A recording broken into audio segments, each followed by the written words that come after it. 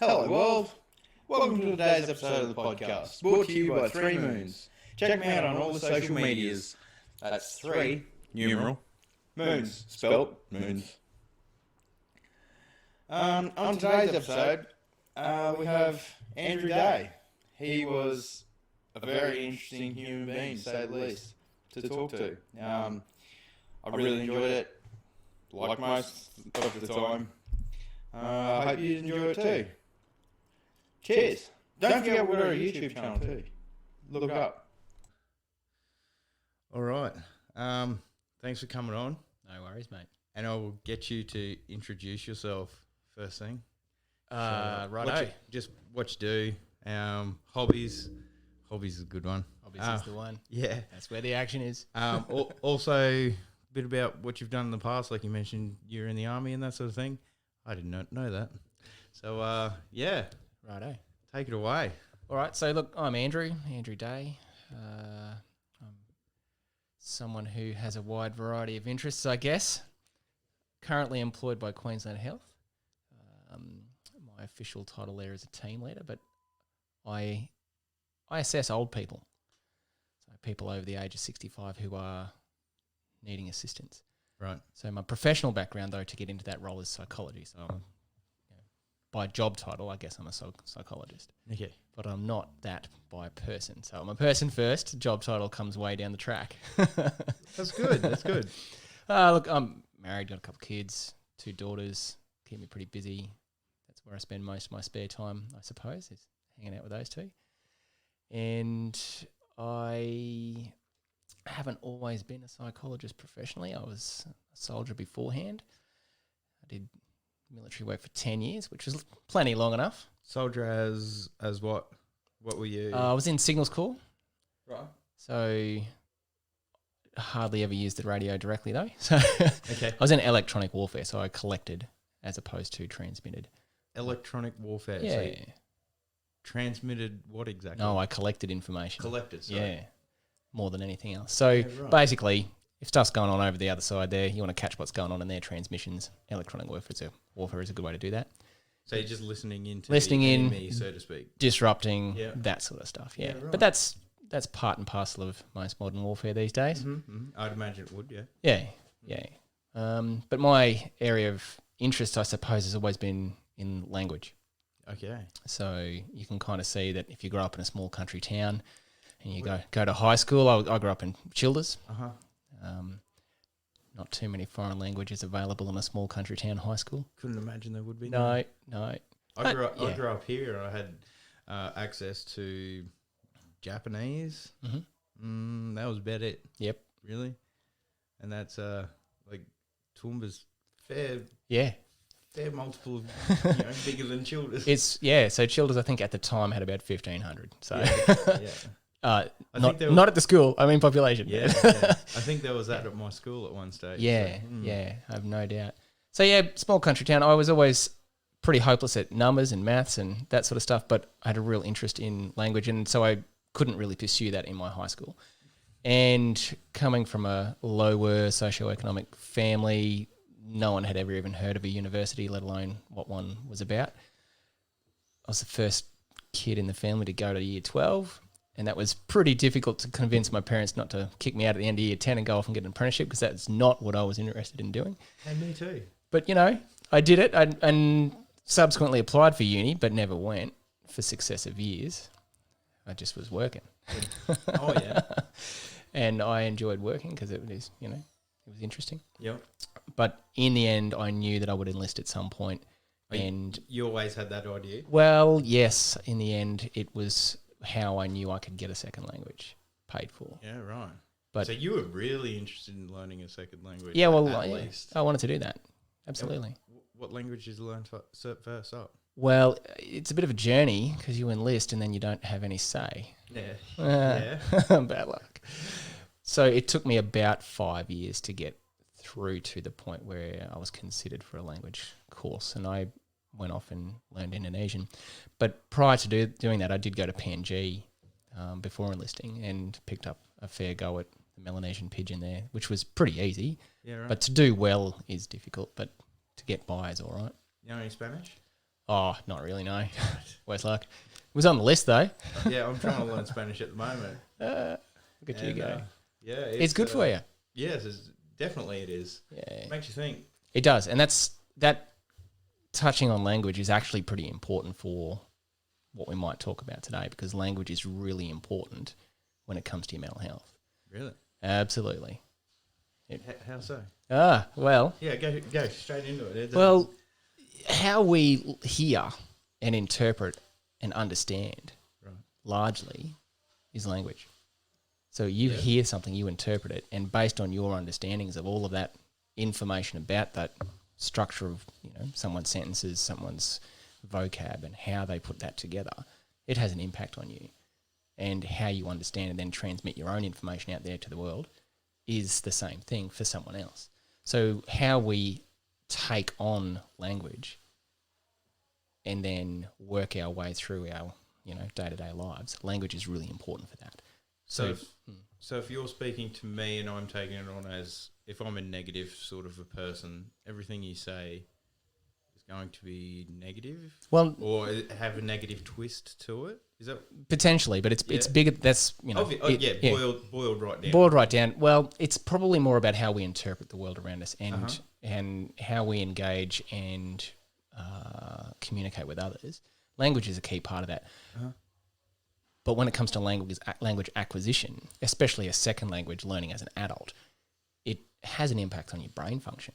So for me, following that interest in language and the total disinterest in numbers, because I suck at numbers, I can do it. I can do numbers. I just am really slow at it. So it's an area of development for me. If I wanted to pay attention to it and work on it, I'm sure I could get the hang of it. I just don't have an interest. I have an interest in language. And if you are pursuing language development as an adult in particular, it changes your perspective on language. Learning a language properly means you're going to learn culture. So if you want to learn about another culture really well, go pick up their language, because has more impact on how well you speak. Yeah. So, but that has about, it impacts on your perspectives of others, because you pull away from how we speak here in Australia, because we immediately identify how we speak. Well, that means you and me, right? Yeah. But how they speak. So you've got to line a division, we and them. Yes. Us and them.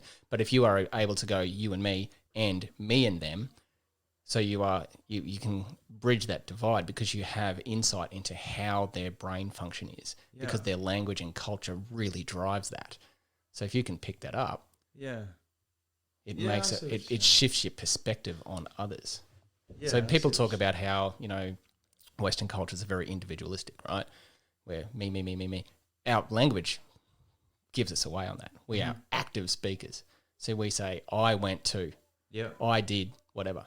Other languages don't do that. Other cultures don't do that. This was done by me. Yeah, okay. Yeah. I bit the dog. The dog... sorry, how do I put that together? I was bitten by the dog. Right? So there's an active and passive way to say that. Yeah. So I don't want to get too stuck on the technical stuff, but if you want to get a perspective, going off and learning another language from a culture that you're interested in really helps with that perspective shift. Yeah, so that's... I do know what you're saying, because with Spanish, like I said, I'm trying to learn that. Yeah. And everything's opposite. It's not a green shirt. It's a shirt green. Yeah. So right. It's just like things like that. Word order is pretty important. It's very important. Shifts the focus. Absolutely. Yep. And so that's what I'm talking about. Yeah. So language and mental health and how we relate, if you can look at how you're putting your world together in your language, it can really give you insight on how you go about things. So when I'm doing psychology stuff, I am really interested in hearing someone speak, not just for their intonation or whatever, that's pretty important, but also what words they're going to select. Because, have a good thesaurus sitting next to you. You can find more than one way to say everything, right? Yeah. So, and how people do that gives you clues on how they perceive. And, of course, how you're perceiving them is your own relational frame in there, right? Yeah. So how do you separate, as a psychologist, how do you separate that? How do you, like, from your perception to what they are actually trying to tell you? Look, that's pretty complicated. I bet it because is. you can't just come off the street and say, look, in 6 months I'm going to learn how to do this thing. Oh, God, no. The way people become professional practicing psychologists involves heaps of supervision. So you go off and you do your minimum of 6 to 8 years worth of study, and then you're supervised. So people who are skilled guide you, and that's important. And that, interestingly, has an overlap into some of the other stuff that I talk about with the archery. So for me, what I've done basically is I've taken all my study, my interest in language, some of my military experience, my hobbies, and put it all together in this way that I think would be very useful, particularly for men, but it might be applicable to women. I'm not playing in that space, so I don't really know, on how to have better mental health overall. So, which is a big can of worms there. And I want to be very clear. It's not the answer. There is no the answer for any of this. It is part of the solution for some people, no doubt, but it won't work for everyone. Yeah, it's the same as everything, no? Yeah, and got a joke for you. Okay. How many? Hang on, I've got to open this window first. Yeah, no worries.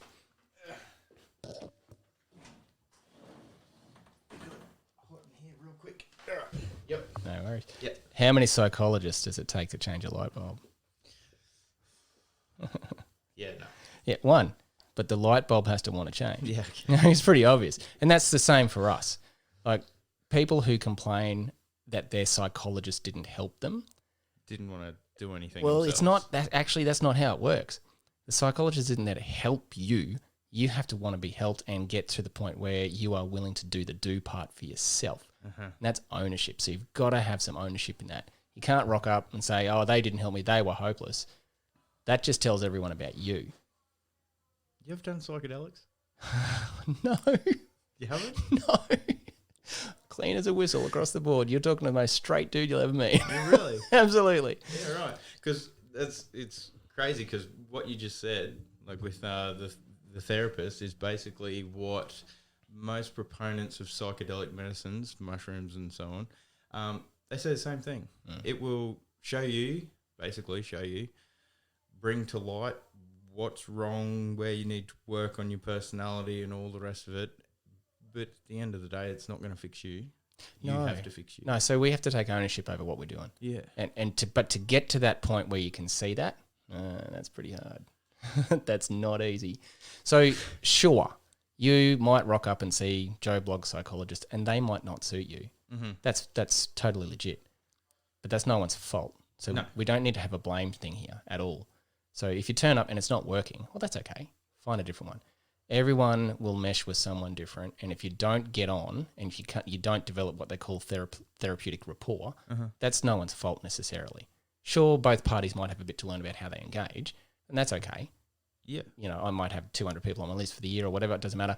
I might only really engage well or have that therapeutic rapport with some of them. Yeah.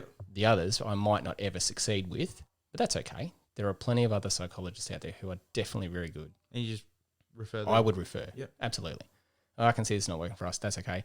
Let's talk about how we might make that different. Can you sort of pick? No, I wouldn't assume that I could do that. No, I mean, like, could you not to say pick? So, I mean, like, say I come see you, we no good. Yeah. Can you sort of tell who I would be good with from your pool of people that you know? I could probably say, here's a few people to try. Yeah. Yeah. Absolutely. Yeah. But I'm not doing a lot of that type of work right now. Yeah. My main role right now is doing team leader role, assessing older people, which is fantastic. But my definite interest is in moving a psychology practice from the historic view of go and lie on the couch and have someone listen to your stories. Because that's a terrible view that movies are basically. Yeah, I know. I've been to a psychologist myself. Had to deal with depression, and it was killing me. Yeah, basically, it was killing me. Yeah. And it was nothing like what I thought. Yeah. Absolutely nothing. Completely different. Yeah. Completely different. Yeah, the perception of what other people do in their job is almost never right. My psychologist was too nice, though. Oh, yeah? She was too nice. Too nice. Yeah, definitely. She seriously was. She was way too nice. It probably works with a lot of people, like you're saying. Probably works with a lot of people, but for me, I did not need a gentle touch, I guess you could call it. I need someone to tell me to wake up to myself. Not in those words, but yeah. In a manner. Yes. Yeah. And see, that's a difficult balance for anyone. Yeah, absolutely. How do you know? Like, it would be. Yeah. Just say the wrong thing to the wrong person, and you don't see them again because because there's consequences. Exactly. So that stuff's all very interesting, and really, there's no one size fits all to this. In fact, if you take that approach, it's a one size fits no one. Yeah. And so I would like to have a better way of filtering people who are more suitable to what I'm interested in as someone who's. So what's the plan? How do you do that? I don't know. You don't know? No idea. There's lots of people out there, and everyone has different motives. I'm sure there's a percentage of psychologists who are definitely there for the cash, whatever, good on them. It's a job, it pays the bills, no worries. And there are others who are not like that. And that's not a distinction for, better or worse or good or bad. We all got to earn some money. We have to live, right? But for me, I think that as a society as a whole, we could probably move away in some areas to thinking that things like anxiety and depression are all doom and gloom. They are not. They are part of the human condition. And on any given day, all of us can have symptoms consistent with those things. Absolutely. It's what we do that matters. Yes. And so for me, I like to take things outside. If you take it outside into a natural environment, we are going to function better generally. Yeah. Not always. Completely agree. Some people need the room, some people need the chair, and some people need that one-on-one direction, whatever. That's not where I'm interested in. What I'm interested in is separate to that. Yeah, okay, so let's get into that. Definitely, let's get into that. So I find there is definitely something about just being outside. Yeah. It doesn't even have to be in the woods. Just being out in your backyard instead of cooped up in your bedroom or something is it's medicine itself. Maybe not that strong. Maybe medicine's too. No, you're right. Word, but it is. Yeah, there's Totally. something about it. Absolutely, there is something about it. And so, over the past probably 10 years, I've been doing a lot of reading. I read a lot of stuff. I read a lot of studies and research, and it's all very interesting. But how do you take that scientific method and operationalize it into meaningful engagement for another person to help them find their way? And that's where the science and the practice of psychology, that's pretty tricky. So I stumbled across an idea, right? More or less. So in my 10 years in the military, I spent a fair bit of time away, bit of active service, lots of deployment, lots of exercise, lots of engaging with other people in a meaningful way. Complex, stressful, whatever. There's lots of loss, lots of, struggle, but you're always surrounded by another group of people who are with you, and you're doing this thing. And in that 10-year period, I developed some pretty meaningful relationships with other people, long-term, genuine, trusting relationships, friends, essentially. Sure, like in any organisation, there's a bunch of clowns in there you wouldn't want to spend your time with. Oh yeah, absolutely. Any time. But in there are people who are definitely your people.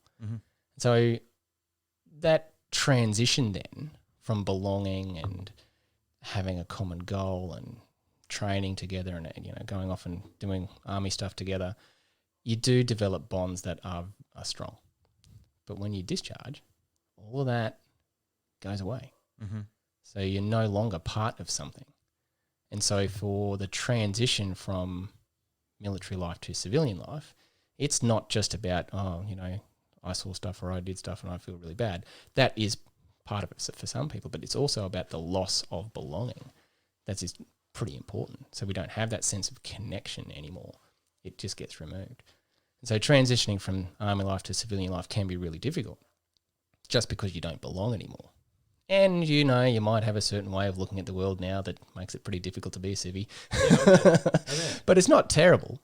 So transitioning is something that's challenging. No matter how successful you may or may not have been in the military, transitioning presents a challenge. Mm-hmm. So I was fortunate in that I transitioned straight to work, straight into a different role. I was finishing studies, all of that sort of thing. And it all really worked well for me. But for a lot of people, it doesn't. It does not. People re-enlist left, right and centre. People fall on their face. They fail at it. Fail is probably not the right word, but they don't succeed initially, and it can be really challenging. So part of what worked for me was, before going into the army, I used to do a bit of archery with my family mainly, but I went back to it at some point. And because I'd done the psych study, I was into a bit of mindfulness, which is part of what I would see is pretty important for all of us. I discovered for me that archery was one of the most mindful activities I'd come across that also engaged me physically. And so I started looking at that. And so I was off, at the archery club doing archery, feeling like I was pretty good at it in the end, but I was very average. I can shoot straight if it's just there, but it's, there's a lot of practice that goes into it. But, it's interesting. It's like any physical thing. There's a lot of mind game that goes into doing well in archery. And so if you are sitting there doing archery, you are also exercising your brain really well. So to take that one step further, it's all well and good to, spend time outside shooting sticks at a target way over there. Yeah. What else is there? So for me, I have always been interested in chasing down my own food. Yeah. So, I do hunt with a bow for food. I don't hunt for trophies. I don't begrudge people going trophy hunting, whatever. But are you going to eat it? Yeah. You better eat it. Yeah. So I've recently become interested in hunting. That's the whole reason that I talked to Ian. Yep. That guy right there, Cameron Haynes. Cam Haynes, yep. Yeah. So I heard him on Joe Rogan's podcast because everyone listens to Joe Rogan's podcast. But then I've seen a couple of things. I started watching Meat Eater, and I was sort of getting the gist of what they're talking about. Isn't there an interesting philosophy that comes through Meat Eater? Yeah. But he is not alone. No. That man has had many generations come before him who think the same. Yeah. And I reckon, that if you spend time hunting, it's not about the animals in the end. What actually occurs, I'll tell you a story. It's like this. Yeah, go. Well, it's not really a story.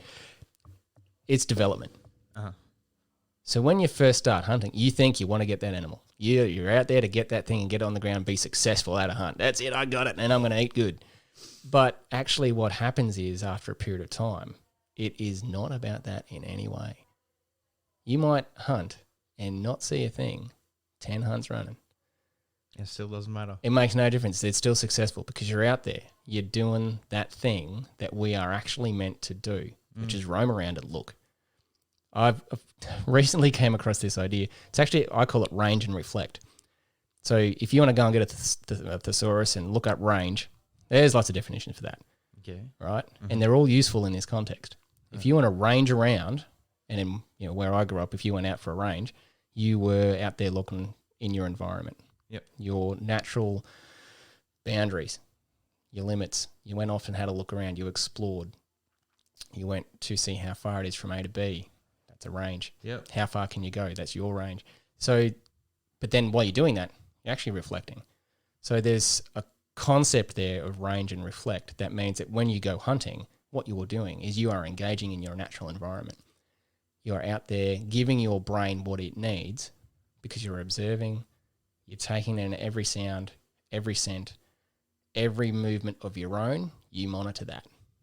Every step you take, if you are bow hunting in particular, we're not talking about shooting. No. So let's draw a line there. We are not talking about I'm going to go shooting on the weekend because that's not me. This is actually I'm going hunting I'm walking with intent to take an animal for food. Yeah. If I get the animal for food in the end, I don't care. It's the intent part. So I am out there deliberately looking at every single movement I make, every step I take, every sound that comes out, every smell I can get, all of it. And it's purposeful. It's mindful, right? Yeah. So if you want to be a successful hunter, you better be good at mindfulness. Which is what led me to put it all together. So I discovered that when I was hunting, and I don't sit and wait for animals, I go and look for them. I'm actively engaging in that. That means I'm using both sides of my brain effectively. I'm giving myself plenty of opportunity to be mindful about what it is that I'm doing physically, mentally, and all of the things that are going on around me. The moment I get distracted by my thinking about that argument that I was having the other day, when I'm out hunting, that's the moment I should have been paying attention, because then I see a deer's tail nicking off over the hill over there. I should have been on my game. So successive repetitions of doing that, you get better and better and better at paying attention to now. And that's what mindfulness is all about. Paying attention to right now and letting the other stuff just go by. Yeah. So it's like meditating. It is. And you got a sharp pointy stick in your hand, you're going to go and get an animal. So it's like active meditating. Well, it kind of is. So, but there's more to it. So the more you push on this little topic, the bigger and bigger it becomes, and the more juicy it becomes for a mental health perspective. So someone who has decided to go bow hunting, you don't want to be a clown. You don't want to be some person who goes out there who's not skilled, hasn't got the right gear, hasn't got the right mindset. Those people bring it all into disrepute. I will not engage with those people. What I want is someone who has said, yep, I'm going to get good at this. I'm going to be able to shoot straight out to this distance that's reasonable. What's that distance? Well, depends on who you are. 40 metres? Tops. I'm no Cam Haines, right? Yeah. I'm not out there taking big shots at things that are far, far away, because to me that's not bow hunting. He says when he's hunting that he'll go 50 yards. I think. Yeah. So only just over 45 metres, really. But that's a long flight time. Oh, definitely. With a stick, it's a long time. And a live animal with reaction times and vision abilities that far outweigh ours. So you want to be on your game. So if you want to be a bow hunter, you're getting organised. You are deliberately changing your behaviour. You are saying, yep, I'm making the decision to go off and chase after animals with a sharp pointy stick. I want to get that right. I don't want to stuff it up for them, because that's bad. Yeah, that would be terrible. Right? So you got to practice. You got to get really good at what you're doing, confident with your gear, confident with your ability, and not overconfident with your ability. You also then have to have your gear prepped. You got to be on your game with how to sharpen those broadheads. You got to get them really good. You want to make sure that you can stalk once you get the animal down, if you're ever that lucky, because bow hunting's not like that. It's not shooting. You want to be able to process that animal effectively and not waste it. Yeah, definitely. If you're going to go out there and kill it, you better eat it. Yeah, for sure. Yeah, it's got to be used for purpose. Otherwise, it's not really what I'm into. So you're making a commitment. You are agreeing to take an ethical shot on an animal that you are choosing on your terms. And your terms, if you do it right, you got to be respectful for yourself. You got to be honest with what you can and can't do. And so all of that causes a reflection. So you are thinking about who you are and why you're going about your business. It also gives you an opportunity. So if you are ever lucky enough to get to the point when you're bow hunting to be able to take a shot, that's a decision point in itself. Yeah, for sure. Are you close enough? Is the animal... There's lots of decisions right there. So decision points are interesting. Thinking about it? Well, they're very interesting. Decision points when you're hunting make or break you, because if you make the wrong decision, you miss your chance. Yeah, which is awesome. What? It is awesome. It's really good to stuff it up, because it gives you opportunity to learn about it. As long as the right sort of stuff up. You don't want to gut shot or nothing. No, we're not doing that. No. But life isn't perfect. And it doesn't matter how well prepared you are. There are going to be times when things do go wrong. And that's true no matter what you're doing. You don't want to crash your car either. No. But people do it. Absolutely. With terrible consequences every day. And sure, it's easy to rationalise one and not the other, except it shouldn't be. So no, I agree. With you. Absolutely. Yeah. So anyway, there's a lot in there. So let's back up a bit. If you decide that you're going to go bow hunting, you're making a commitment. You're making a commitment to hunt ethically. And you're also committing to something that's pretty darn difficult. Yeah. Because the physical control it takes to stalk something like, just say deer. Yeah. Everyone loves deer. Let's go with the deer. Deer, they're tasty. Let's just be honest. Yeah. But they are hard to hunt because they are better than us in every way. They're faster, they have better vision, they have better hearing, and they are not stupid. Because they have to be, right? They didn't survive because they're stupid. No, they survived because they are on their game. Yeah, there's fucking lions and shit hunting them as well. And yep. They're way better predators than we are. That's right. So we have to... Hence the stick. That's right. Sharp pointy stick, projectile weapons, mate. Change the game. Good. So if you're doing that, you're making that, like I said, it's a commitment to hunt ethically, safely, but you're also saying, yep, I'm physically fit enough. Mm-hmm. I'm doing my homework. I'm getting organised. I'm getting skilled before I even think about drawing back on an animal. I want to be able to be good at what I'm doing. And so someone who's doing that is disciplined, but you're exploring yourself too. So I said before about decision points. If you want to draw back on an animal and shoot it with a bow, you want to be making that decision for the right reasons for yourself because you have to live with it. And that's probably a big decision too. Yeah. Can you shoot straight? But can you decide? Can you take that thing's life? Is what I was talking about. That's right. And that's why it's really useful, particularly for blokes, to be able to say, well, look, I'm going to think about what I'm doing. I'm going to decide what I'm doing, or I'm going to decide not to do that. I can say that, I've had more times where I've gotten close enough to take a deer with a bow and not even knock the arrow because the angle of the deer was wrong. Yeah. It's frustrating. Absolutely. And you want to shoot it because you want to eat it because it's just perfect one, but you can't because its angles are all wrong for archery.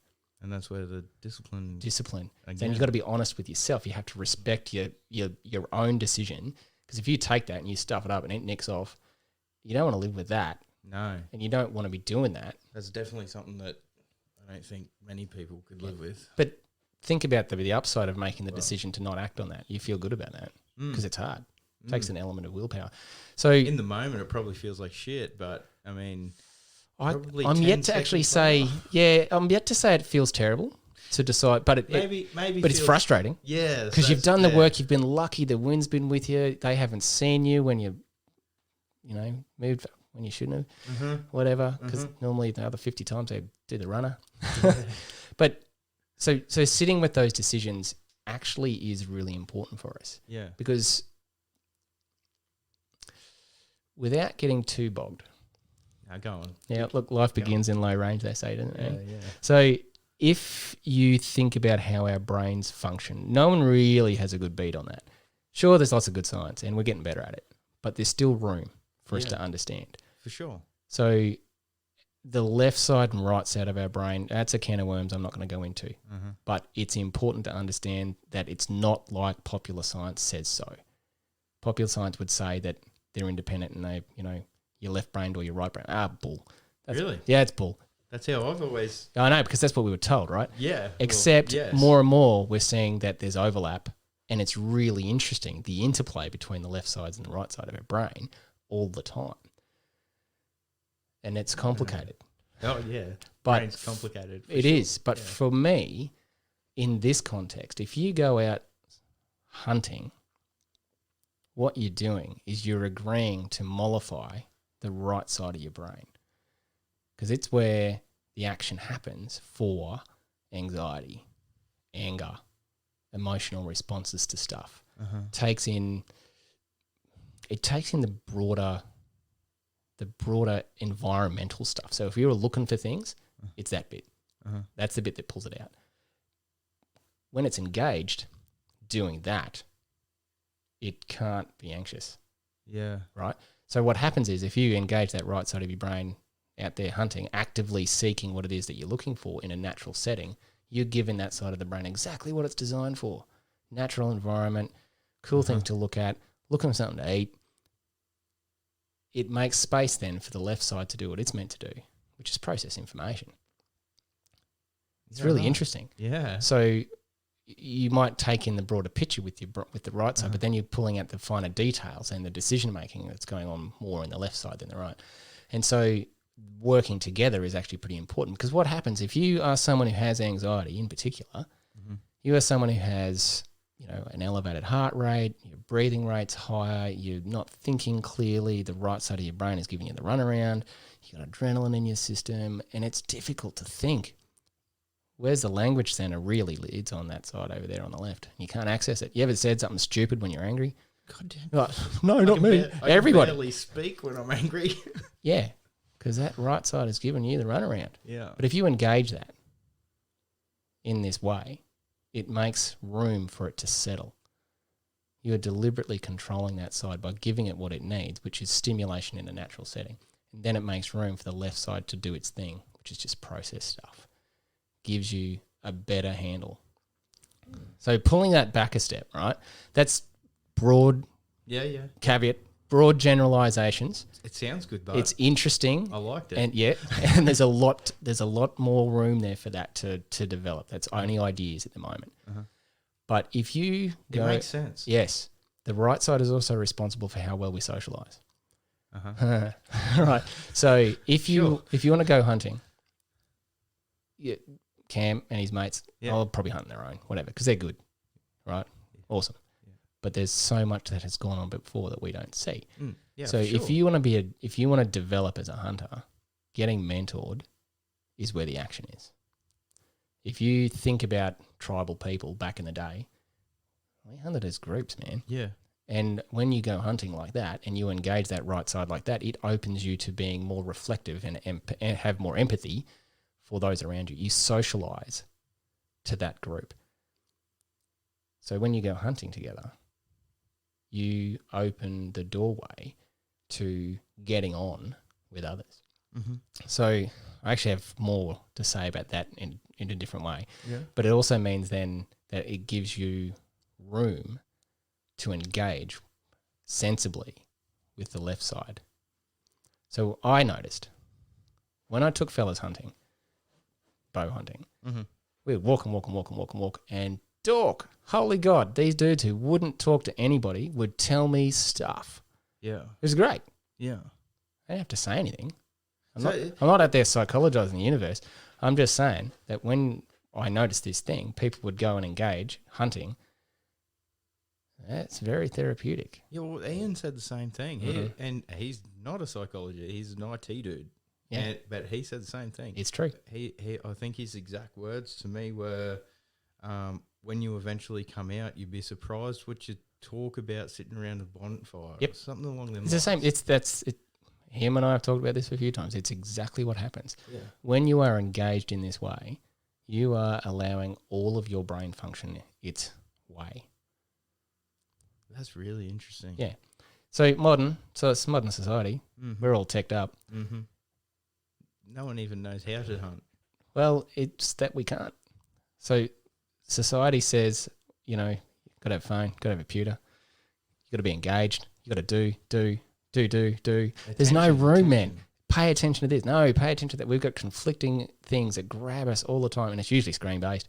Uh-huh. And today's society, absolutely. Sure. And there's emotional content in there that pulls us in. It charges us up and makes us want to look more. That's not really helping. So what this does, this idea of, well, you put the tech away and you go and you give your brain its way, which is walking around in the scrub, range and reflect, right? You can spend that time sending all of the right messages in your brain. It gives you that opportunity to settle things down on the right side, give you time on the left side to use your words better. Yeah, it just works. So I'm casually looking down at my notes because there's a whole bunch of stuff in there, and I just want to make sure I've got some of that right. No, that's fine. Yeah, that's fine. Get them out. Absolutely. And look, you can see I've got all these handwritten notes that I've been collecting for a while. But ultimately, I said about a mentor. Yeah. So this is important. Uh-huh. Mentors are important. Well, who that is, probably not so much. What they bring is. Mm-hmm. So if you are a young hunter, like I talked about, you want to go and get yourself an animal because that's what hunting is, right? But you're misunderstanding at that point in your hunting life. Yeah. You just think that's where the action is, but it's not. So if you are someone who break it down. Going hunting, it's exciting. It's exhilarating. If you get close enough and you get your animal, wow, the emotions it just is difficult to explain. Yeah. It could be their situation. Yeah, but it can get out of control. So if you miss your opportunity, you get angry, frustrated. First time I went hunting deer, I drew back I was only 20 yards off. How could I miss? But I missed by a long way. Those things you took the shot and you missed. Yeah, those things reactions are just bull. It flattened itself right down. The arrow went right where I was hoping it would go, but it just missed. Yeah. It had obviously been hunted before, and my bow was a bit noisy and knew what it was doing. Excuses. I missed. You missed. And I took the next 10 seconds to go cuss word loudly. As I would too. And I shouldn't have. Because not 15 metres in the other way, there were 3 more of them who had no clue that I'd just stuffed up. I could have just held myself together, mate, and had another go. But I didn't. And I've taken that with me on every single hunt since. Important learning curve. Well, it is. But see, and that's what this point is. So if you go hunting and you get that opportunity, your emotions get you. You would have heard this thing called buck fever. No. Yeah, right. So people say you're out there, you're hunting, and the animal's right there, and it might be a stag. The Yanks call it a buck, whatever. I don't really care. Yeah. And you get excited because it might have the biggest rack on it, and and I'm not doing that, but people do, and they call it the buck fever because your emotions run away with you. Yeah, you miss, you get target panic, you get shaky because your adrenaline is up, and you can't shoot straight because you're shaky, and you can't see straight because you're excited, and you stuff it up. Doesn't matter how close you might be. So that physiologically is the same as anxiety. It's the same as anger physiologically to look at without the emotion part that you see in your face. If you did a scan, there it is. That's what anger looks like. That's what anxiety looks like. So if you can experience that in this way that people called controllable incongruence, so it means that you have this thing going on, but you can see that it's not real. You're not really angry. Yeah. Right? You're excited. And it's positive. Yeah. So you get the same physiology, but for a different emotion. So if you take that and you have someone with you who knows what it is that's going on, they can talk you through that like a psychologist would when you're dealing with anxiety, PTSD. Same idea. And I'm not saying it's treatment. I'm saying they can talk you through the experience of hunting in this way. So if you get mentored, you have that voice of reason, the voice of experience to say, it's okay, mate, take a breath. Yeah. Settle down. Pick a spot. Aim at a point. Don't just generalize your shot. All of that stuff that comes across means that you have this thing going on where it's a prime example of you being talked through a panic, talked through stress positively. It doesn't matter about the outcome. It's an opportunity where you have a relationship developed where someone is supporting you to manage your emotion. And for blokes, especially younger fellas coming up wanting to be men, that's really important. Having the example of talking through your reaction sensibly, calmly, getting hold of the right side so you don't say or do something stupid because you lost control, gives you that opportunity to have the left side use its power and get in there and have that success regardless of the hunting outcome. The success of the hunt would be, this went on, I experienced this, actually it's all right. I didn't do anything stupid. I didn't say anything I shouldn't have. I was excited and geez, wasn't that exhilarating, and I was still able to take the shot because I managed to get control. And then you learn how to do it yourself. That's right. So hunting as you go through is less and less and less about the animal and more about the experience. So older hunters or more experienced hunters don't care. They'll hunt all day and not see anything, don't care. Younger fellas out there wanting to get it done, disappointed, frustrated, didn't see anything, I'm not hunting you, all those emotions. But if you hunt with a mentor, you get that voice of experience, reason, steadiness, assistance with understanding the experience. That's development. That's guiding. That's actually really useful for fellas. Yeah. Especially when they're younger. Yeah. To have that opportunity to get it all settled in a good way. And you get physically fit, learn a new skill. Hunters are skilled, man. Hunting is definitely a skill. So if you get skilled, you'll learn something. Yeah, it's great. It's really good. Yeah. Yeah. It doesn't make you better. It just makes you someone who can do that. Yeah, it's useful. I feel like it'd transfer over into everyday life in it does. A lot of aspects. It does. Especially patience. Yeah. No one has patience anymore. Oh, No one can be bored anymore. No one can sit with their own thoughts anymore. Don't be bored, right? Yeah. Don't be bored. That's the thing. Except you have to be. If you can't handle your own thinking, That's what I mean by bored. that's right. That's exactly We what I need mean to by have bored. opportunities to be bored Yeah. because it gives us time to let our brains do stuff. And we don't, because everyone has a fucking Yeah, computer look in at their this. pocket. And, Yeah, check out this. Yeah. and that's what I was saying about with the attention. Is look at me, look at me, look at me. And everything that goes on in today's society is all about grabbing your attention. That's right. And that's why this, as a delivery platform for mental health, mindfulness, I can see development, growth, better decision making. So there's a whole bunch of research out there about decision making. Yeah. So spending time in natural settings Mm-hmm. gives you an opportunity to recover your executive function. Now, executive function is where your decisions occur, like it's up there.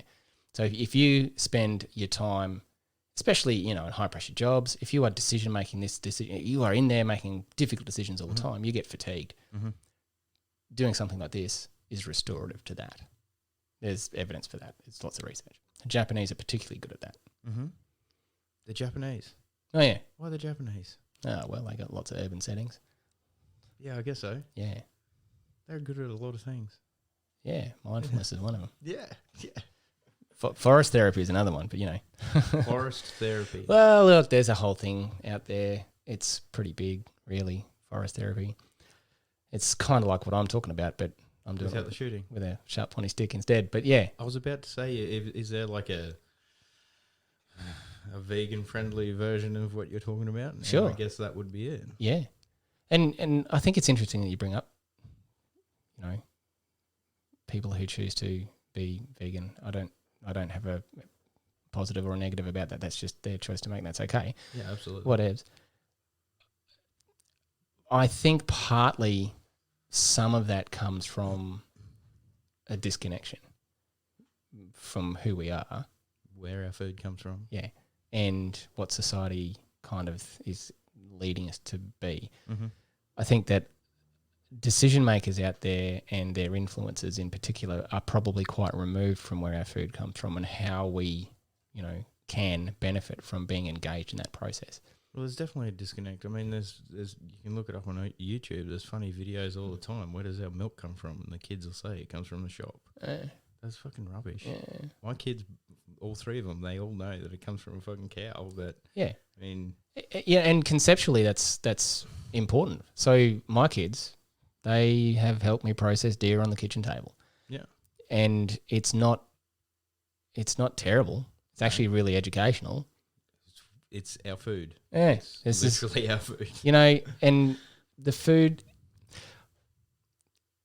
there's this thing that I think about sometimes. Okay. Modern society and its telly Uh-huh. and food TV. Uh-huh. Food TV has educated us all to make sure we've got restaurant quality meals on the table all the time. That's bull. Mm-hmm. Food's food and it's for sustenance. Sure, it's really nice to have nice food and it's blooming awesome, but it takes away, I think, a little bit of the value of the food and places this other thing on it that's totally conceptual. It doesn't mean anything that the food's nice. Not Really. It tastes good, sure, but it actually just keeps you alive like the other thing. Yeah. So if you go and shoot a deer or a pig or harvest carrots or whatever, and you did it yourself, it actually has more meaning. So each time we eat deer at my place, there's a story attached to that. There's an experience attached to that. It means more, so we eat less of it. Yeah, I can see that. Yeah. So Yeah, I'm not going to waste that absolutely, deer, I can man. No. I'm not going to have too much out there. We're just, because it's a denser meat, you eat less of it anyway, Uh-huh. but it means more, so I would waste less. Yeah, sure. Yeah, so we would eat far less meat, not because I'm a crap hunter. It's not about that, let's be honest. Come on. It's actually because I value it more because there was such effort attached to it. Yeah, you're not just going to go down to the shop and buy. Just more go and if you get a need half a to. kilo of this. No. No, Yeah. it's not like that. I didn't get to eat all of the carrots, or maybe we should have eaten the chicken yesterday. And it goes in the bin or gets out to the dog. That doesn't happen No. because I'm not going to waste that. I might have walked 10 Ks with that deer on my shoulder or whatever. I'm not going to do all that and chuck it in the rubbish. No. Feed it to the animal. No. So even though we might go and take out that deer, I'm not going to waste it. And it will mean more. We will eat less of it each sitting. So it will go further.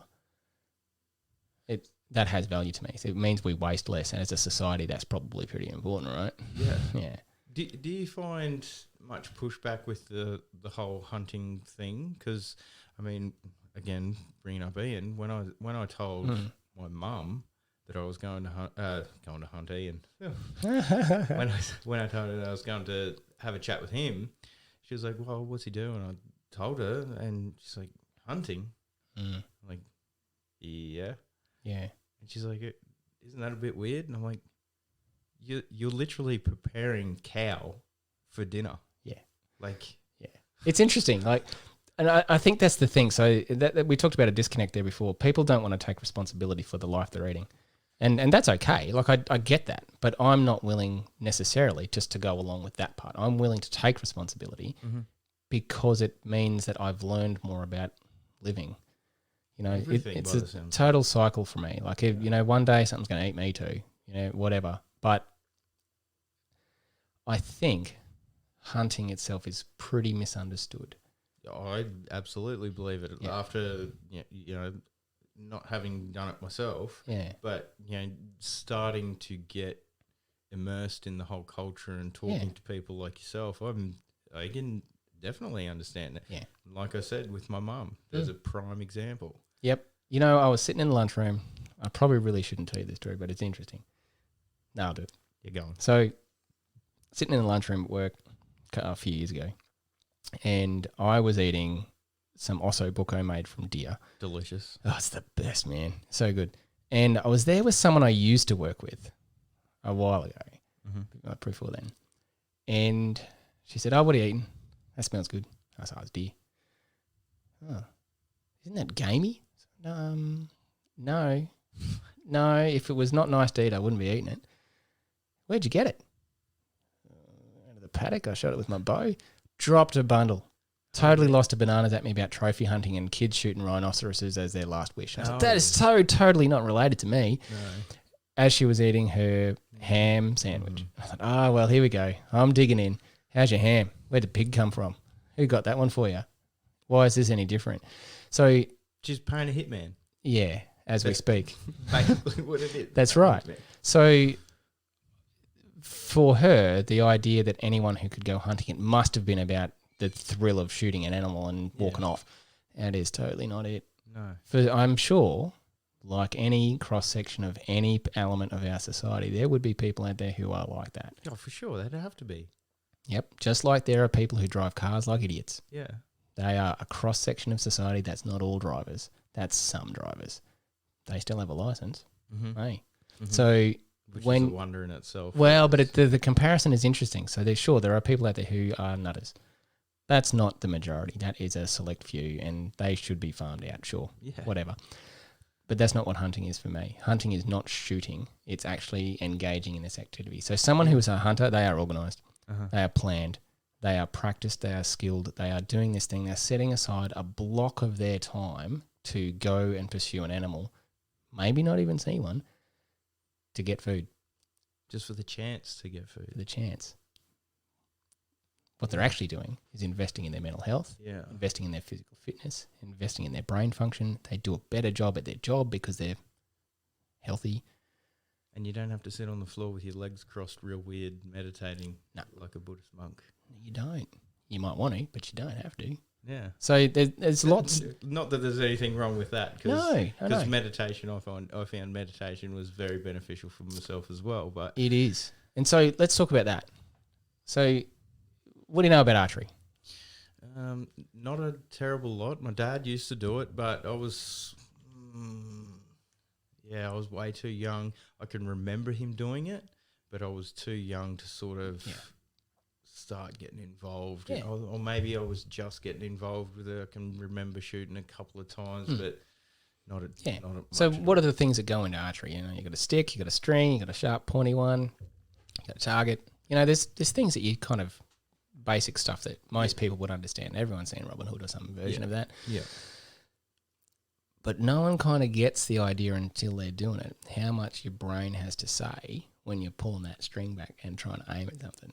Mm-hmm. And so that's why, as a meditation, it's pretty cool, Mm-hmm. because it gives you physical feedback, biofeedback on the day. Every shot's a new chance. So when you decide you pick up your bow, it's got a physical sense to it. You pick up an arrow, it's got a physical, unique sense to each one mostly. And when you draw a bow, they all draw differently. They feel different. The mechanics of each one are different. And so you are adjusting your biomechanic yourself to this thing. And so that all takes effort to notice. And noticing what's going on is part of mindfulness. So if you pick up a bow and you go to draw back and aim at a target, you know how to aim. You got to know how to release. You got to know how to hold your bow hand so you don't whack your elbow, etc. Mm-hmm. So there's a bit of physical stuff there, but you also want to hit the target. Mm-hmm. Everyone wants to hit the bullseye, but actually that doesn't matter. As long as you're shooting consistently, it doesn't really matter where the arrow goes to start with. Yeah, to start, yes. Yeah. But that's where the intervention of mindfulness is really interesting, is because if you draw back and you're holding that bow and you're aiming, your brain is going to try to distract you from that process. Shoot now, shoot now, shoot Yeah. now, shoot Oh, now. no, not yet. Now. God. But there's a whole bunch of physiology and mind stuff that goes on there that is just ripe for the picking Mm-hmm. from a psychology point of view to help people do better at all sorts of things. And so when you draw back and you're aiming, getting your brain to do its thing in support of what it is, what you want the outcome to be, well, that takes effort. Mm. It really does. And when you get it right, you know the time you release that arrow, you know before it gets there that it is a great shot. Mm-hmm. You will hear people say that all the time. And you know if it's terrible. You know. And yet you took the shot anyway. It's weird. Yeah. Just sorry, just something I noticed now. The way you're speaking, like your brain is a different sort of a person or entity to your consciousness. Ah, look at that. Look at you go. It's true. Yeah, absolutely. Yeah. I completely agree with you. But it's just I guess it sounds weird when you hear someone actually saying it. So do you know when we're talking? You might be talking to me and I might be talking to you, but the whole time your brain's doing stuff. Yeah. All the time. So we're just talking about you took the shot anyway. Yeah. Whilst I was saying that, I'm trying to think of this guy's name who's in the US, Joel Turner, I think. Joel Turner. Beatboxer? No, he's an archer. Okay. Well, actually, he's an instructor. It'll come to me. Yeah, okay. He talks about, I'm going to take the shot with control or not at all. But then he's morphed that. He's morphed that thinking into, I'm going to take the shot with control no matter what. Yeah, okay. Because what he found was people were drawing back, going to take the shot with control or not at all. Oh, I can't take it with control. I'm going to let down and not shoot. Uh-huh. And suddenly that was a pattern. So no matter what, changes your perspective. So let's go and talk about the language aspect. This is all about that thing we talked about right back at the beginning. Uh-huh. Language is pretty important. If I said, Joe, mate, don't, no matter what, think of chocolate cake. Yeah. Because if you do, I know, right? Because if you do, but you can't not think of it because the language comes from my mouth, it hits your ears and your brain goes, chocolate cake, I know what that is. Oh, don't think of it. You can't not do it. So if you take that as an analogy or metaphor even, and go, if I'm going to think of chocolate cake or try not to think of chocolate cake. I am listening. Yeah. Then you're going to process the language. You can't not do it. Uh-huh. I agree. So that right there, if you can't not boss your brain around about something as simple as that, how are you going to stop a whole bunch of other automatic thinking from occurring? Well, you can't. You can't stop it. If I said don't and you push on it, I'm not going to think of chocolate cake. We immediately think of, and you reinforce the don't part. Yeah. So you do. Uh-huh. And so that's what happens with people with negative thinking and depression and anxiety. We've got this little thing. Get caught in a loop. And it magnifies. Yeah. So what's our brain king of?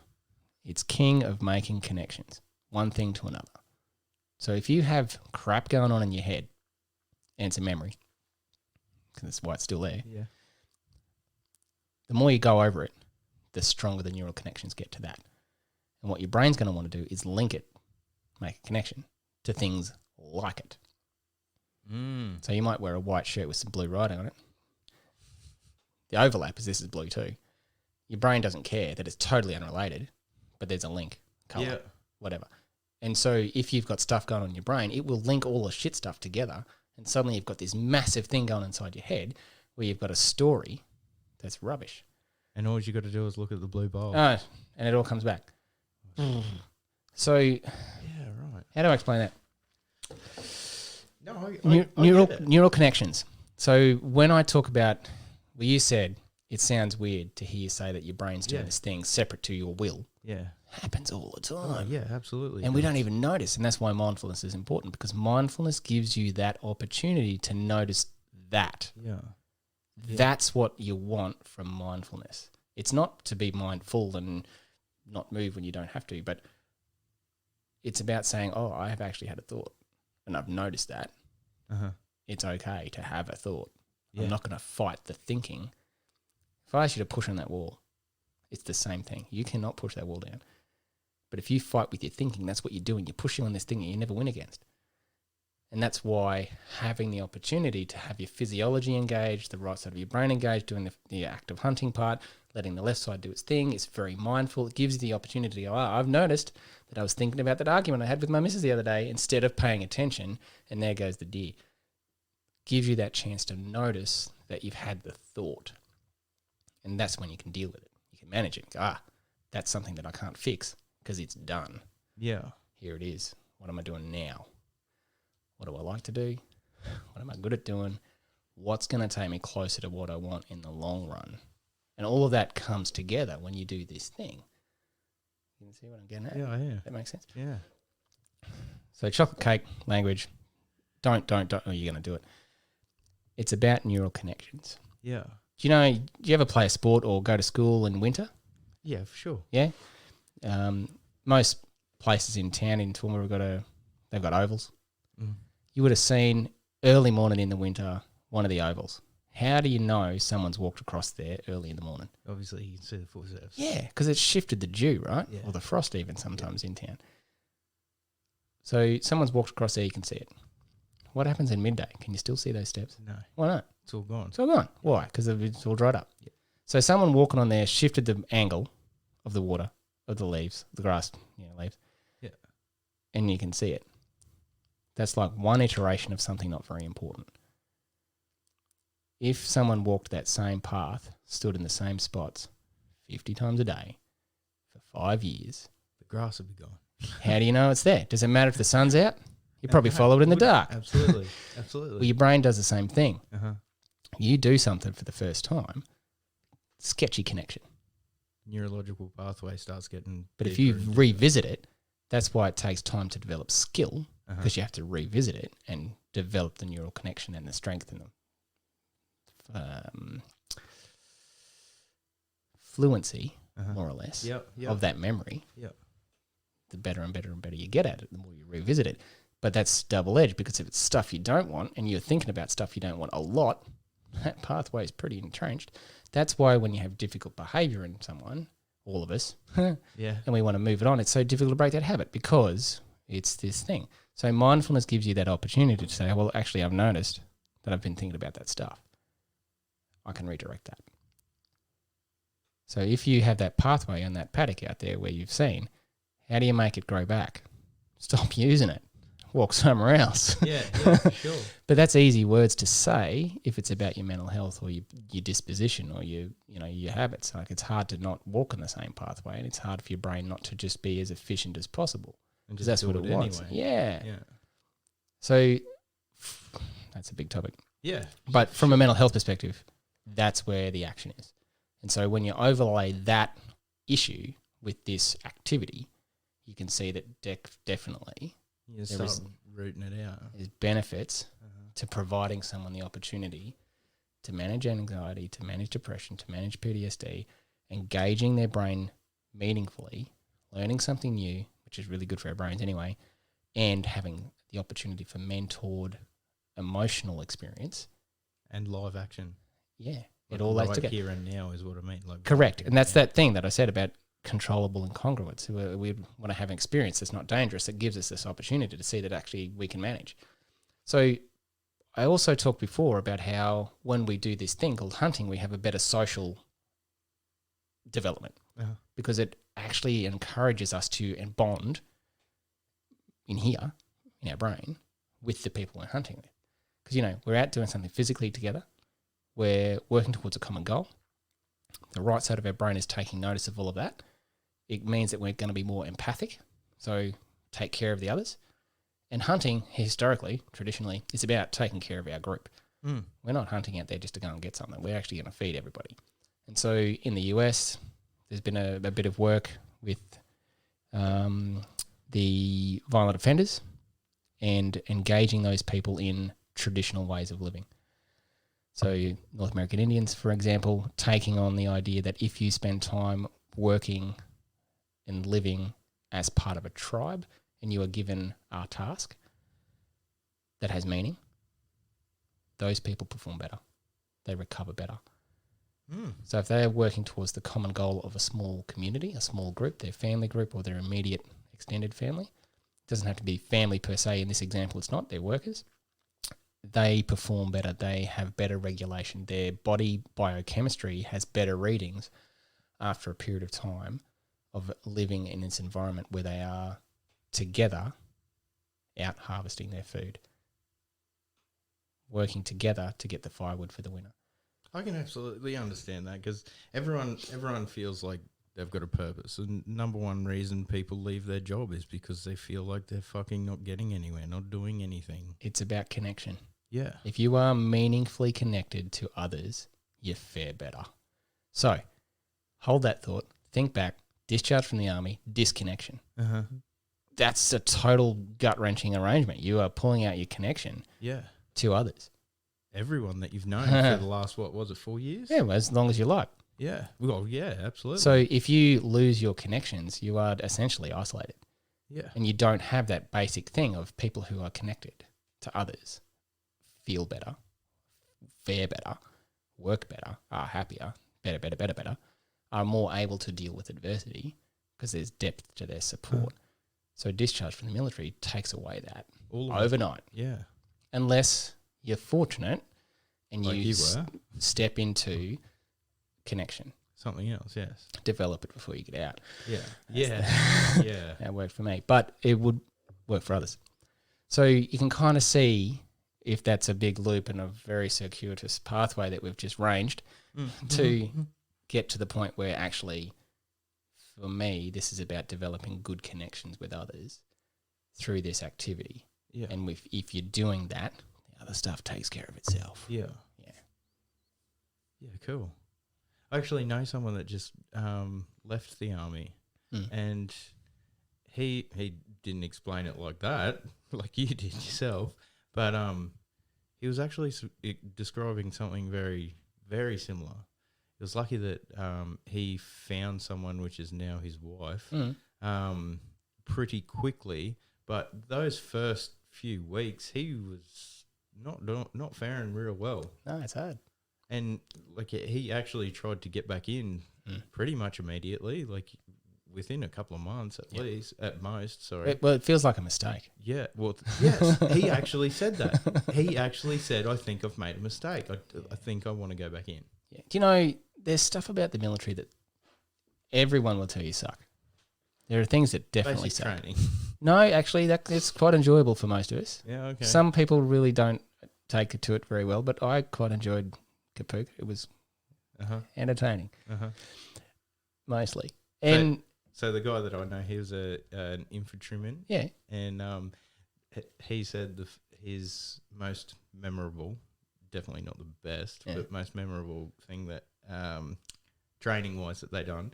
So they went up to the Northern Territory and they dug holes for 3 days. Yep. Just to get them used to the heat and the lack of sleep and all the rest of it. That's all they done is dig a hole. And you know what's going on? You know how we talked about giving your brain the opportunity to do its thing? Yeah, there's nothing going on when you're digging a hole. Well, that's not true. There is. And he may say that that's what's going on. And if he sat and thought, he would also tell you interesting things that occurred between him and the others. For sure. All of that time. For sure. So it's not all bad. They would be talking so much shit. Absolutely. And all the rest of it. And he'd be thinking about what he'd done last, dealing with the adversity in and this all that, yeah. very positive way. And the army wants you to be able to do that. Mm-hmm. So absolutely. Mm-hmm. Yep. Yeah. Definitely. But there are things about it that are very positive. The military gives you an opportunity to be different to how you were before you enlisted. And they definitely give you lots of training, lots of opportunity to become skilled at what it is that you are enlisted for. They're getting better at giving you support to do that sort of stuff. And but the thing that most of us come away with is definitely a sense of connection to the others. I miss the PT. The physical training was just great. Don't get that out here. You have to pay for it yourself or go and do it on your own, which I still do and I still enjoy. But I think having a group of mates that you feel definitely close to, that you can rely on and trust, all of that, it is very meaningful. And then there's stuff that just gets in the way. Yeah. Could talk about all of those things. And I think, given the current climate with the military and the newspapers and all that sort of stuff, people really shouldn't just jump to too many conclusions. I don't think so either. No. Definitely not. And like we talked about, cross-section of any population, Yes. you're going to have X, Y, and Z go on no matter what and who. Yeah. It's not reflective of everybody. Yeah. There are a few hoons out there driving shitty cars in a shitty manner, but they still have licenses, like the rest of us. Not everyone drives like that. It's a small number. So, PTSD. PTSD. Yep. What is it? Well, everyone knows it as post-traumatic stress syndrome. What the fuck does that mean? All right. Do you remember a little while ago there was a push-up challenge out there for soldiers and others who were raising awareness for veteran suicide? It was 22 push-ups for 22 suicides per day. I do. I did that because I was so gracefully Nominated by someone who I actually have a lot of respect for. And I was someone who would never do that. That's just some dumb Facebook thing. I'm doing that. Yeah. But I took it as an opportunity to provide some information. So if you're interested, go look for it. It's out there.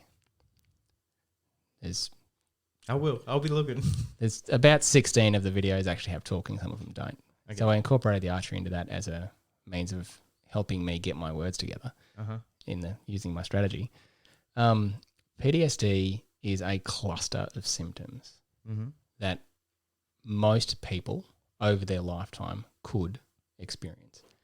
Whether you are experiencing those symptoms to a point where you are technically diagnosable or not, who knows? It's a post-traumatic stress disorder, so it's a reaction to stress. So the way that I understand it, and I think it might be the way that most people in my situation understand it, is that it's something that happened past is affecting you now in day-to-day life. Can do, absolutely. So that's pretty much the long and the short of it. Yeah. So as far as I know, yeah. And like I said, probably generally. Yeah. As many people as you can find, that's as many reactions there are to PTSD. Sure, there is a cluster of symptoms that are consistent, but everyone's reactions and understanding of it for themselves is different. So what affects me might not affect you because we are all coming at it from a different angle. Yeah. And what should affect somebody might not because what should mean anyway. Yeah. And this is where the language, again, comes back into it. If I sit here and say, well, that should affect you, and you go, nah, it's all right. And genuinely that's true. That's my perception, not yours. So people with PTSD, diagnosed PTSD, complex PTSD, all of these symptoms that we're talking about, it's an anxiety-based structure in there. So if you are deployed with the military, and well, that's my experience, so we'll talk about that. Yeah. A military deployment isn't a couple of days. It's months, Mm-hmm. 6 months, 4 months, 9 months, whatever. It's a long time. And if you are willingly saying yes to being exposed to risk, 24 hours a day, 7 days a week for the 9 months you're away, what do you think that's like for your little pathway across the paddock out there? Yeah, exactly. So your brain and your body habituate to this new level of stress. Mm-hmm. So you are switched on, and I mean switched on, because you can't walk to your vehicle without having a risk. Mm-hmm. Someone's going to take you, something's going to go on. You can't turn your back on this. You can't not look out. You can't keep your eyes peeled and your ears open for every single sound and nuance that you are developing while you're in country, responding to each and every single risk. And if you're doing that every day, it's a big drain. So you actually change your brain structure while you're there, while you're doing that. There are things getting wired and hardwired, and then your brain and your little hormones, they all get together and they have a relationship while you're away, and they have this offspring called PTSD. Yeah. So it does stuff. It changes the pathways and your responses and your perceptions of things. And so, you know, if you are used to walking around looking at, you know, at every single little thing for risk, and you come home where that doesn't apply, but you're still wired that way, it's difficult. How quickly does that happen? How long's a piece of string? Yeah, Roger. So pre-deployment phase might be a couple of weeks. You are already gearing. You are already changing. You're already starting this. You are processing the information. Everyone wants to adapt. Everyone wants to perform well. They are going to be... Because that's what we do. It is. That's what our brains do. We try to. We do. Yeah. So like I said before, our brain is king of making connections. Yeah. It's also really good and really shit at avoiding trouble. Yeah. It wants to keep us safe. So it will do everything to keep you safe. It will cross every bridge as soon as it can possibly get it sorted to be as efficient and as safe as possible. And it will want to avoid shit that will bring you bad news. So when you put it all together, if you're deployed and your brain is switched on and you are exposed to genuine risk to your life, limb or person or your friends or your equipment or whatever every single day for ages, that will change your neurological functioning. And it will have an impact. You've got adrenaline and cortisol and all these hormones kicking around in there doing stuff to you every single day. It puts huge amounts. All of the time. Yeah. Huge amounts of stress on your physiology. Your heart gets tired. Your lungs get tired. Your brain gets tired. You are tired, but you're physically tired because you're not sleeping much either. And when you are asleep, you're not resting well. So when you put all of that together, you are one switched on person for a long period. What do they do to sort of combat against that? Is there anything in field or deal with it later or not even? All of those things. Holy Jesus. Yeah. So I don't want to badmouth the military. I won't do that. I don't want to do that either. Because we have a responsibility. If you agree to be a soldier, for instance. I'm all about personal responsibility. You are also agreeing, even though you don't know yet, to all of this stuff. The military needs to be able to rely on you to do your job. Yeah, for sure. And if you knew ahead of time the consequences, you wouldn't get many enlistees, mate. I don't think you would know.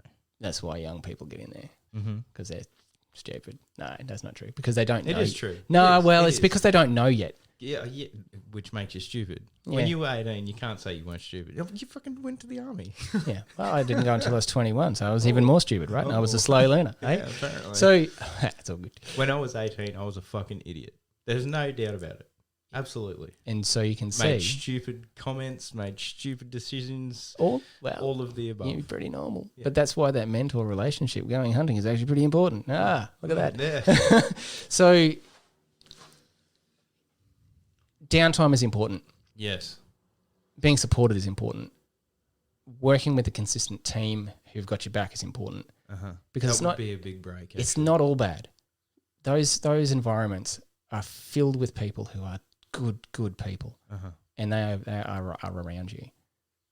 It's difficult though, because everyone's reactions to stress is unique, different. There's a woman I serve with, Rachel. Rachel. She did a TED talk a little while ago. Really? Yeah, Rachel Ranton. Go look it up, everyone. Yeah, okay. It's worth it. Sit with it. Sit with it. Because she talks about how prior to stepping off on patrol, it's interesting to watch everyone's reactions. And it really is. Yeah. Because everyone, especially for their first one, they don't know what they're going to be like if shit goes bad. Yeah. They don't know if they're going to do the do proper. Yeah. Yeah. You don't. No. But you do, because your training works. And before, I said I don't want to badmouth the military. They train well. Yeah. And you will do the right thing. And you will do all of that perfectly. And sometimes it's not enough.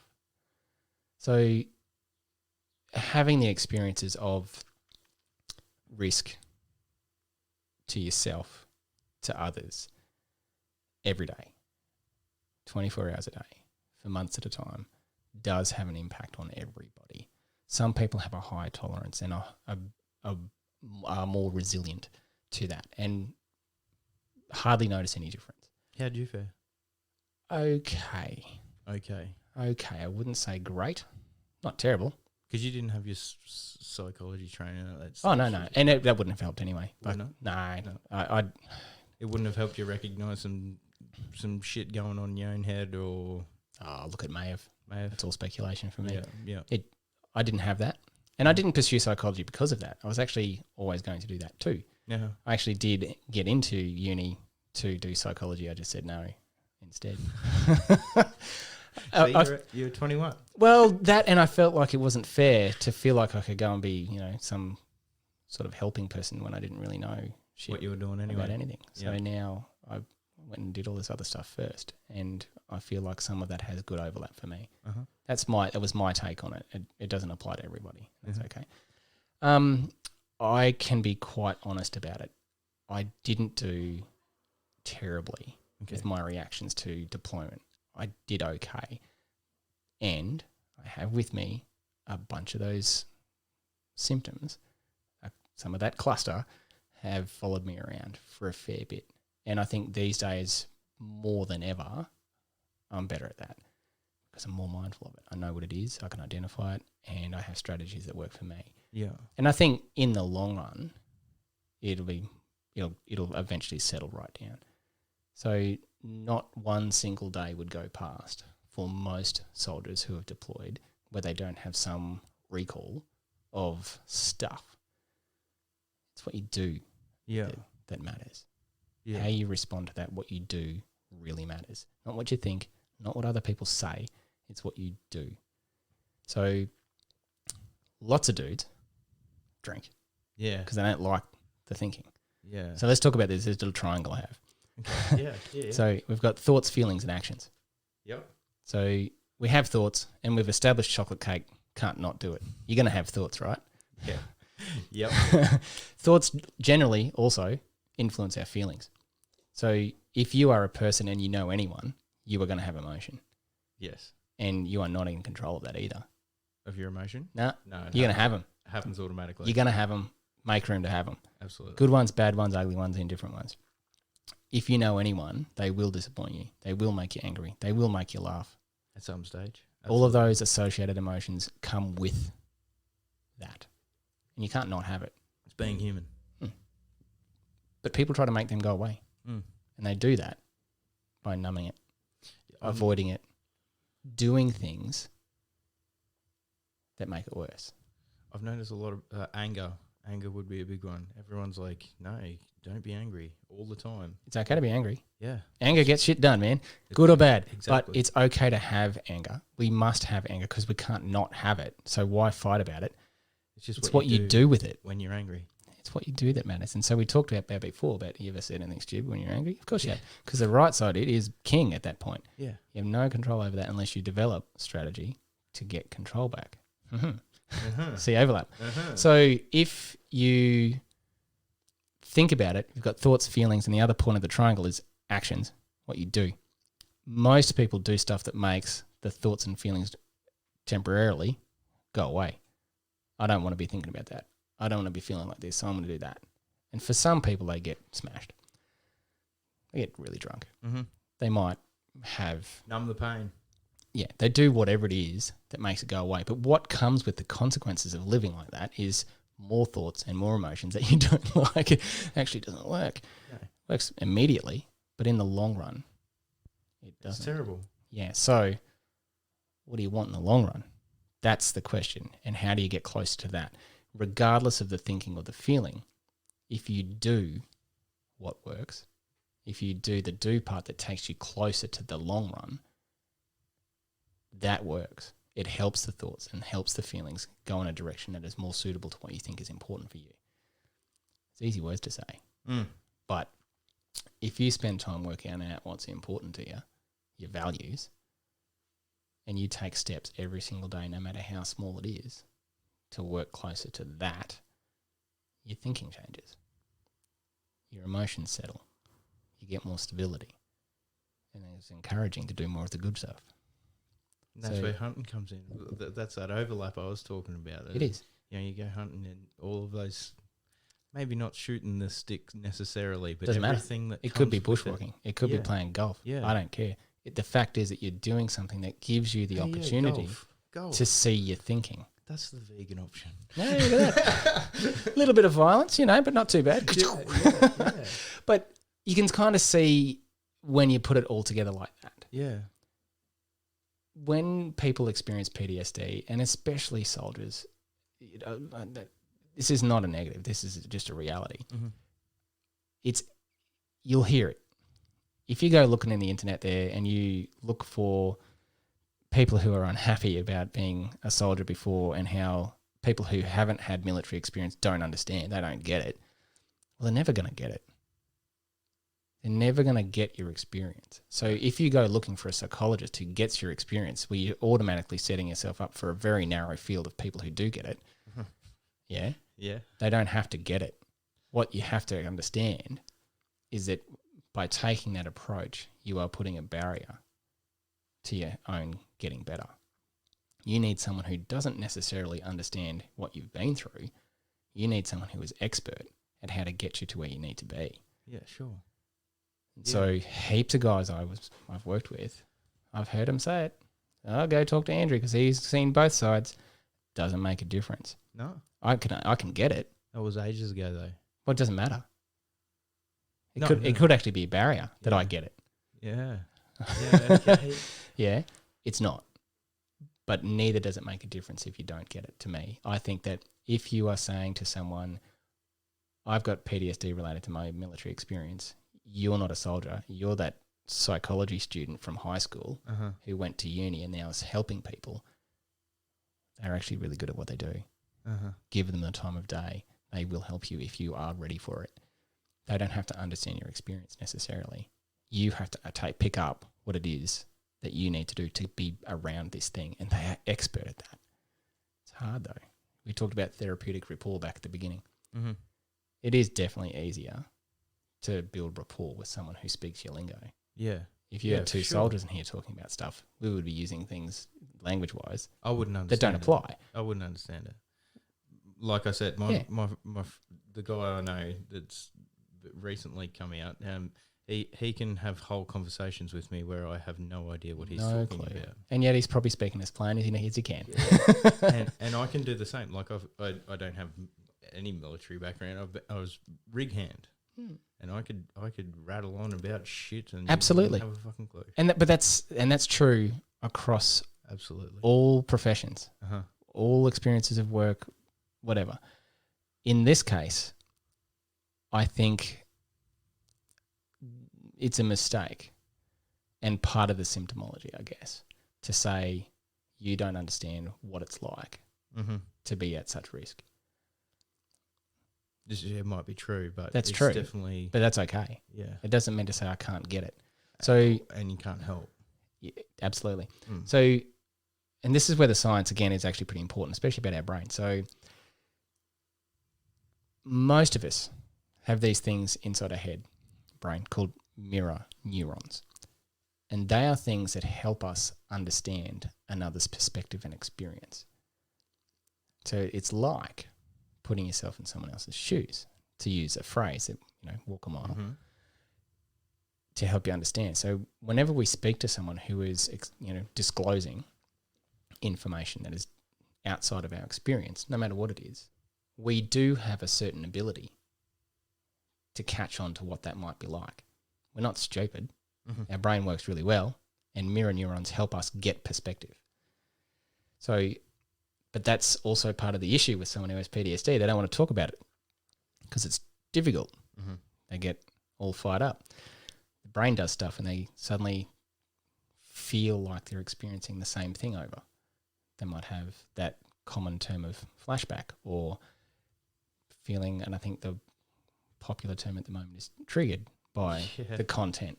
Yeah. The content sometimes is actually really difficult and it's hard to talk about and you don't want to say because it's embarrassing or difficult or you might feel bad or whatever. Uh-huh. So there's lots of barriers to successful treatment, but it is treatable. It is treatable. It's just really difficult. Yeah. Is that a big barrier? Like people just don't think anyone can fix them? Yes. And it's interesting that I hear that you say fix because fix is what gets used, the terms, right? It's not right though. Even now I'm just thinking about it. It's not right. They're not broken. No. They don't need fixing. No. No, yeah. But that's how people, us, all of us, that's how we think about stuff. Mm-hmm. And again, that's that thing about language, right? So people with PTSD, they are not broken people. They are people who are definitely reacting to something that most people would definitely react to. Yes. And in some cases, they're doing a darn fine job of getting through it. Uh-huh. In some cases, it's not so clear. So it's not that people need fixing. It's more that people need assistance just to help get their brain back in order and their memories back in order and their reactions to those things adapted. It's difficult. Not undoable. Definitely doable. Yeah. It can take time. That's why you study for it. Yeah. Yeah, and that's why you have to invest. You've got to give people time. So, we talk that relationship. So, we talked about hunting and, let's just go hunt deer. Well, it's not like that. It's a journey. You are making a commitment. And it's the same thing. If you would like to be someone who has PTSD in your history and get it to the point where it's not affecting you so much every single day, it takes effort. Mm-hmm. Good for effort.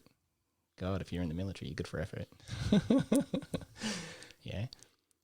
There's a lot to say about that, though. But I think I probably should put a caveat out there. I'm just one dude with some experiences and some education about this topic. There's more than one way to skin a cat. Just don't be the damn cat. Yeah. Okay? There are people out there who may disagree with some of the things that I've said, and that's okay. I'm not too bothered about that. They can disagree. I'm not here saying this is the solution for everybody or this is the cut and dried explanation. It's definitely not like that. It's way more fluid. Yeah. There is another element to that. You talked about what gets in the way, what might stop people from seeking assistance and what does the army do about supporting people. Well, there is one thing that can definitely be done by every single person, and that is what may or may not cause PTSD should never be up for discussion. Yeah, no, yeah. Because if someone has symptoms consistent with a diagnosis, you can't fake that, and it's not about that. If you have experiences or you be deployed and you come home and you have symptoms consistent with PTSD, if I hear anyone saying you should or you shouldn't have PTSD, you better back up. Yeah. Because you sound like an ignore. Yeah. Put it nicely. Yeah. So that's actually a real thing. So if you are deployed with a bunch of people, you have nothing really going on that probably for, most people's eye could lead to PTSD. And you're away from your family? Well, you're away from, but you are switched on for the 9 months you're away, the 10 months you're away, the 6 months you're away, and you are willing to accept the risk. You are exposed every day. You are at elevated stress levels for a lengthy period. You are exposed to stress, and remember, it's post-traumatic stress. Mm-hmm. If anyone in your group or immediate vicinity gets injured, that's traumatic. Could have happened to you. You were there. You were already wired for it. You were agreeable to have it. You just didn't actually get it. So that means, do you legitimately then say that you've got PTSD from for all intents and purposes? Because nothing happened to me. Yeah, except that you've got the symptoms legitimately. Yeah. But what happens then is that people around you who go, oh, he's a bit soft in the hand, that guy, you're part of the problem. So that's a big thing, that being soft in the head, like you put it. That happens with all mental illnesses. It does, right? Fucking So all of them. Absolutely. So, and it actually really is important. So if someone says you haven't had anything that causes this thing, they don't know what they're talking about. No. So if you're that person, if they're saying that to you, how then do you get assistance without buying into an argument about the legitimacy of your claim? Especially if it's someone that you respect that is saying that to you.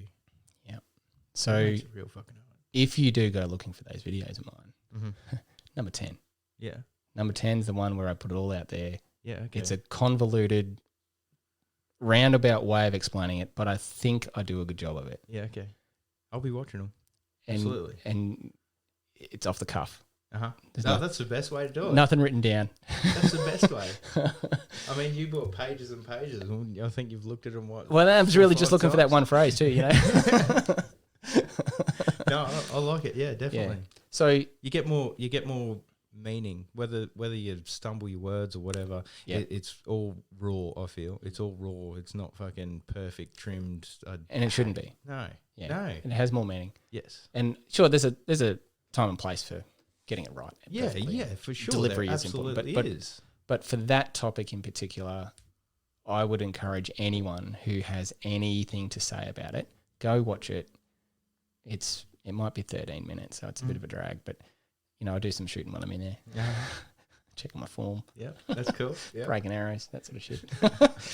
But I think in the end, the takeaway for Army in particular related PTSD stuff is that if there's anyone out there anywhere that has had service that involves those sort of circumstances, you have to remember that it is treatable, it is fixable, it is changeable, it is something that you can do something about. And it's not easy, but you can. And it's worth it. It's definitely worth it. Like my life, having picked up the bow and gone back to archery, is better as a consequence to that. Directly related. I don't care what anyone says. Had I not have found that strategy for me, I probably would be unhappy all the days. Yeah. Yeah. Yeah. Yeah. And yeah, so anyway. What else you got there? What else are we going to say? So I'm running out of time on my memory card. It's truth. So, what do you do for physical fitness? Look, I'm a hit and miss sort of dude these days. I do some, I don't do some. I do circuits that of my own design. I don't have any equipment. Yeah. I don't lift weights, never have. You don't need equipment. I'm a body weight junkie. Yeah. So heaves, squats, Yeah. dips, Yeah. push-ups. I do a bit of running. Dips are hard, man. Yeah, well, so I'll give you a circuit, right? So Okay. try it out. Yeah. I will. Absolutely. Start off easy. Yeah. So I call it the minute circuit or the 2-minute circuit, and it starts good and ends bad.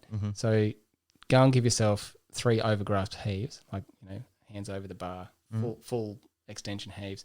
Hop off, move to a spot where you can do squats, and do 10 squats, and move straight over to some push-ups. Move to some abs, move to some dips. That'll take you to about 2 minutes if you're not too slick.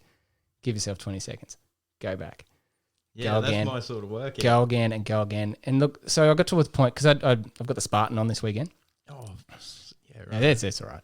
Yeah. It's talked up a bit. The obstacles aren't that bad. Yeah. Hey, it's all right. But I've always wanted to do one. just come and do it. It's great. Yeah, I should. I really should. I was doing a minute circuit before the last one, which was in 2018.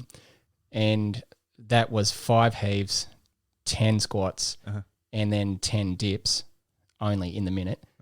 and I went for 80 minutes. Fuck yeah. Yeah, trashed. I bet. Totally trashed. But when I went off to do the Spartan, it was a piece of cake. Yeah.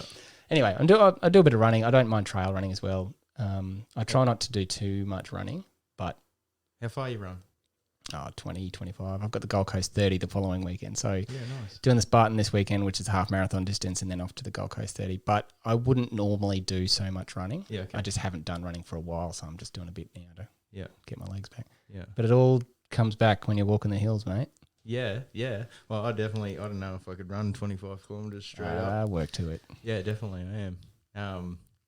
So I have a comp on at my gym this weekend. It's my first one. I'm very excited about it. Yay. I'm hopefully going to beat everyone there. Get into it. But anyways, thank you very much for coming on. Where can we find you? Facebook, Instagram? Oh, look, I have all of those things. I'm just not super with it. Okay. I'll edit that bit out then. Yeah. No, that's all right. I've got... You got a YouTube channel? I kind of do, but I haven't looked at it for a bit. Are your videos on the YouTube channel? Some of them. Some of them? Yeah. Most of them are on Facey, though. Yeah, okay. And I've put them out for public consumption, not just private. So, oh, righto. Yep. Yeah. All right. Well, So if you wanted to look on Facebook, I think if you put in like something like PTSD Archery, something like that, it'll come up. I don't know. No idea. Have a look. I'm sure you can put that in. Yeah. Google it, fuck yous. That's all right. All right. Thank you very much, mate. I appreciate it. No, I appreciate the opportunity. Well done. Thanks. All right. Let me end this. That was intense.